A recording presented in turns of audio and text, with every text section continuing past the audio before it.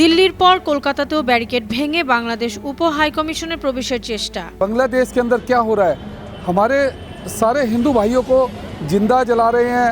ভারতের দিক থেকে নজর হটিয়ে পাকিস্তানের দিকে ঝুঁকছে যুক্তরাষ্ট্র, ওয়াশিংটন টাইমসের প্রতিবেদন। ক্ষমতা ছাড়ুন নইলে পরিণতি ভয়াবহ, মাদুরোকে ট্রাম্পের শেষ হুঁশিয়ারি।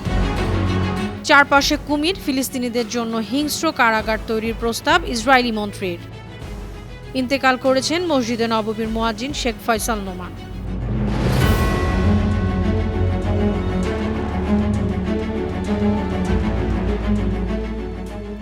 শুনছিলেন সংবাদ শিরোনাম। সবাইকে স্বাগত জানাচ্ছি বিশ্বজুড়ে প্রতিদিনে বিশ্বের বিভিন্ন প্রান্তের সবশেষ তথ্য জানাতে আপনাদের সঙ্গে আছি আমি অনন্যা চৌধুরী।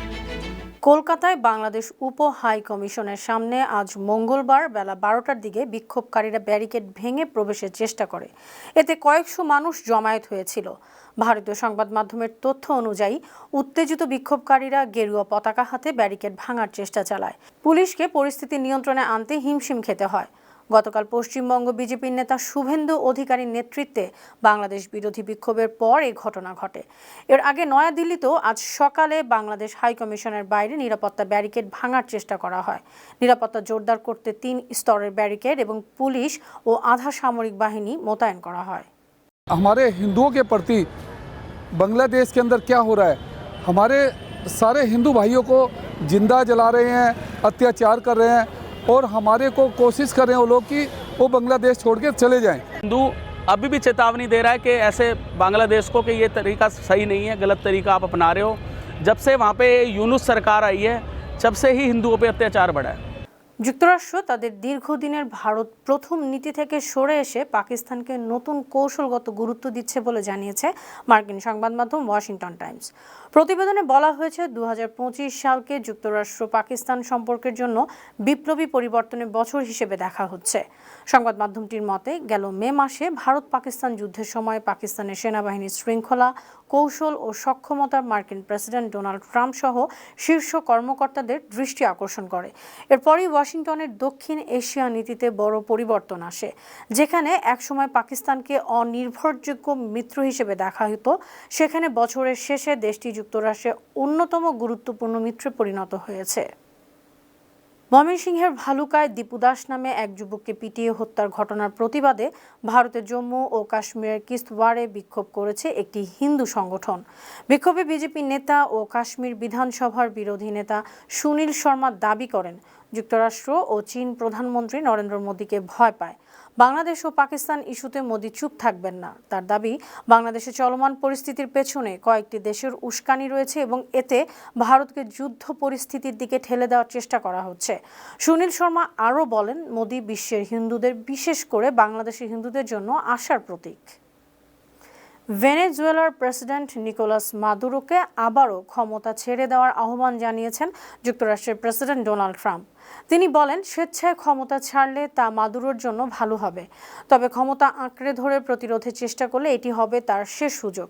গেল কয়েক মাসে ক্যারিবিয়ান অঞ্চলে ভেনেজুয়েলাকে লক্ষ্য করে যুদ্ধজাহাজ ও হাজার হাজার সেনা মোতায়েন করেছে যুক্তরাষ্ট্র। এ সময় 2টি তেলবাহী ট্যাঙ্কারও জব্দ করা হয়েছে। ট্রাম্প জানান, মাদুরোর ভবিষ্যৎ পুরোপুরি তার নিজের সিদ্ধান্তের উপর নির্ভর করছে। যুক্তরাষ্ট্রের প্রেসিডেন্ট ডোনাল্ড ট্রাম্প বলেছেন, খনিজ সম্পদের জন্য নয়, জাতীয় নিরাপত্তার প্রয়োজনেই গ্রিনল্যান্ড যুক্তরাষ্ট্রের জন্য প্রয়োজন। ডেনমার্কের স্বায়ত্তশাসিত এই আর্কটিক দ্বীপ নিয়ে নতুন করে উত্তেজনার মধ্যেই তিনি এই মন্তব্য করেন। সোমবার ফ্লোরিডার পাম বিচে এক সংবাদ সম্মেলনে ট্রাম্প দাবি করেন, গ্রিনল্যান্ডের আশপাশে জলসীমায় রাশিয়া ও চীনের জাহাজের উপস্থিতি বাড়ছে, যা যুক্তরাষ্ট্রের নিরাপত্তার জন্য উদ্বেগজনক। এর আগে গ্রিনল্যান্ড বিষয়ক বিশেষ দূত নিয়োগ দেয় ক্ষুব্ধ হয়ে ডেনমার্ক যুক্তরাষ্ট্রের রাষ্ট্রদূতকে তলব করে। তবে ডেনমার্ক ও গ্রিনল্যান্ডের নেতারা স্পষ্টভাবে জানিয়েছেন, গ্রিনল্যান্ড বিক্রির জন্য নয় এবং দ্বীপটির ভবিষ্যৎ নির্ধারণ করবে সেখানকার জনগণ।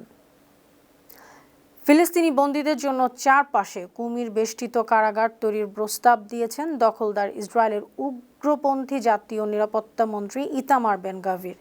ইসরায়েলি সংবাদ মাধ্যম চ্যানেল 13 জানিয়েছে, গেল রোববার তিনি ইসরায়েলি কারা কর্তৃপক্ষের কাছে এ প্রস্তাব দেন। বেন গাভির বলেন, ফিলিস্তিনি বন্দীরা যাতে পালাতে না পারেন সেজন্য কুমির দিয়ে ঘেরা বিশেষ কারাগার নির্মাণ করা উচিত। প্রস্তাব অনুযায়ী কারাগারটি সিরিয়ার দখলকৃত গোলান উপত্যকার কাছের হামাত গাদেরে এলাকায় নির্মাণ করা হতে পারে, যা জর্ডান সীমান্তেরও নিকটে। সেখানে অবস্থিত একটি চিড়িয়াখানা থেকে কুমির এনে কারাগারের চারপাশে রাখার কথাও বলা হয়েছে। ইরান তাদের মিসাইল প্রোগ্রাম নিয়ে কোনো ধরনের আলোচনা করবে না বলে স্পষ্টভাবে জানিয়েছে। দেশটির পররাষ্ট্র মন্ত্রণালয়ের মুখপাত্র ইসমাইল বাঘাই বলেছেন, এ কর্মসূচি সম্পূর্ণ প্রতিরক্ষামূলক এবং বিদেশি আগ্রাসন ঠেকানোর জন্যই তৈরি করা হয়েছে। গেল সোমবার সাপ্তাহিক ব্রিফিংয়ে তিনি বলেন, ইরানের ভূখণ্ড রক্ষায় মিসাইল প্রোগ্রামের একমাত্র উদ্দেশ্য, তাই এ বিষয়ে আলোচনার কোনো সুযোগই নেই। এদিকে ইরান নতুন করে মিসাইল মহড়া শুরু করায় উদ্বেগ প্রকাশ করেছে যুক্তরাষ্ট্র ও দখলদার ইসরায়েল। ইসরায়েলের দাবি, মহড়ার আড়ালে তাদের উপর হামলার প্রস্তুতি নিতে পারে তেহরান। তবে এসব আশঙ্কা নাকচ করে ইরান আবারও জানালো, মিসাইল ইস্যু আলোচনার টেবিলে আসবে না। রাশিয়া ইউক্রেন যুদ্ধ অবসানের লক্ষ্যে ফ্লোরিডার মায়ামিতে অনুষ্ঠিত সাম্প্রতিক আলোচনা গঠনমূলক ও ফলপ্রসূ ছিল বলে দাবি করেছে যুক্তরাষ্ট্র। গেল রোববার আলোচনার পর এমন মন্তব্য করেন মার্কিন বিশেষ দূত স্টিভ উইটকফ। এমন খবর জানিয়েছে বার্তা সংস্থা রয়টার্স। আলাদা বৈঠকে উইটকফ ইউক্রেনীয় প্রতিনিধি দল, ইউরোপীয় কর্মকর্তারা ও রাশিয়ার আলোচকদের সঙ্গে কথা বলেন। এসব আলোচনা কেন্দ্র করে মার্কিন প্রেসিডেন্ট ডোনাল্ড ট্রাম্পের প্রস্তাবিত 20 দফা শান্তি পরিকল্পনা। উইটকফ ও ইউক্রেনীয় প্রতিনিধি দলের প্রধান রুস্তেম উমেরভ জানান, ভবিষ্যৎ পদক্ষেপের সময়সূচি, বহুপক্ষীয় নিরাপত্তার নিশ্চয়তা এবং ইউক্রেনের জন্য যুক্তরাষ্ট্রের নিরাপত্তা ও অর্থনৈতিক পরিকল্পনা নিয়ে আলোচনা হয়েছে। পাকিস্তানের খাইবার পাখতুনখোয়ার কারাক জেলায় সন্ত্রাসীদের অতর্কিত হামলায় 5 পুলিশ সদস্য নিহত হয়েছেন। মঙ্গলবার একটি গাড়িতে টহলরত পুলিশের উপর এ হামলা চালানো হয়। প্রাদেশিক পুলিশ জানায়, সন্ত্রাসীরা প্রথমে সড়কে পুঁতে রাখা বোমা বিস্ফোরণ ঘটিয়ে পুলিশের গাড়ি থামিয়ে দেয়। এরপর গুলিবর্ষণে 4 পুলিশ কর্মকর্তা ও গাড়ির চালক নিহত হন।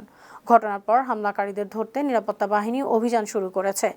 এখন পর্যন্ত কেউ হামলার দায় স্বীকার করেনি।